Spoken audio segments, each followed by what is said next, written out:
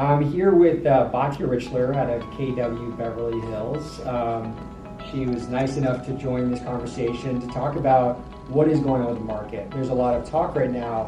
Is the market shifting? Is it just noise? And we want to just have a chat about what's really happening and how we can make our moves, how we can differentiate ourselves in this market.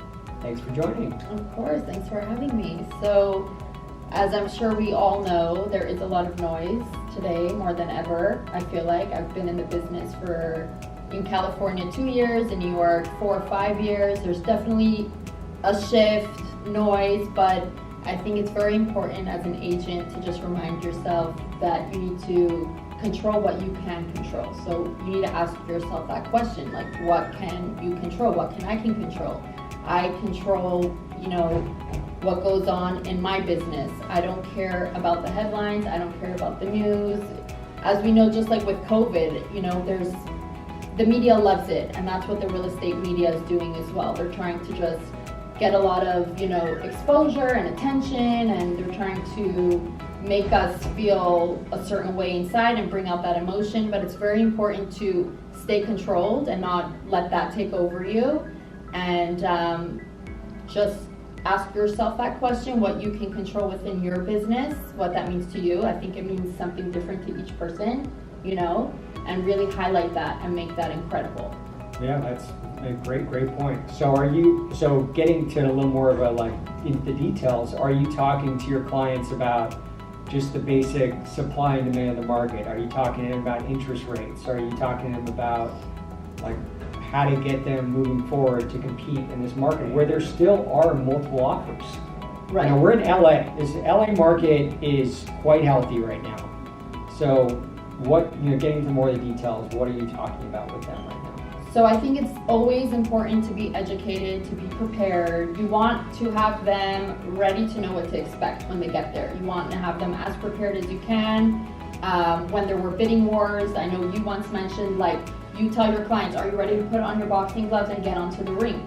At that time when it was super hot, if someone was just tired already off the bat, there was no point of bringing them into a situation where they do need to submit an offer, because the odds are really going to be against them, and you're setting them up for failing, basically. So in this market, it's super important. I mean, in any market, really, you always need to be educating your clients all the time. So in regards to the interest rates, just updating them every single day. As we know, they just changed. They're always changing. So right. You need to keep in touch with them, let them know what's going on in regards to that.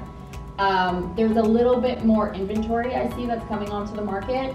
So their options, maybe get a little bit creative with the options. Before, I don't think there was such a pocket for that of letting creativity take over, because it was so limited of what was available. Whereas now, be a little bit more creative with what is on the market, because there are more options. So I would just work around that. What about are you talking to them about their life decisions as much as what's actually happening in the market?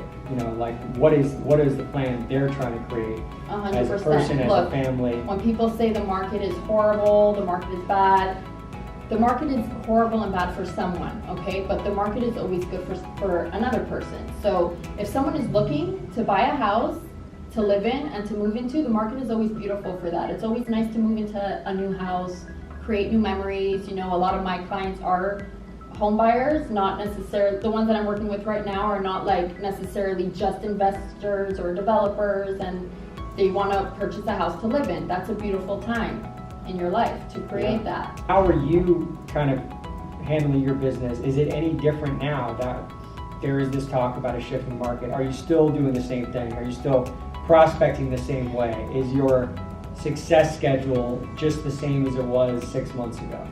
So I do think that I feel fear from a lot of my clients. I am feeling that emotion heavily coming out, and I feel like providing them with real education and facts can calm them down, whereas you take them away from that headline they just read on the news, and you show them what's going on, what's happening. I think I wasn't necessarily providing as much information before as I am now. Just trying to keep them calm and reassure them with what is real versus what is not is very important, and something that we should be doing more.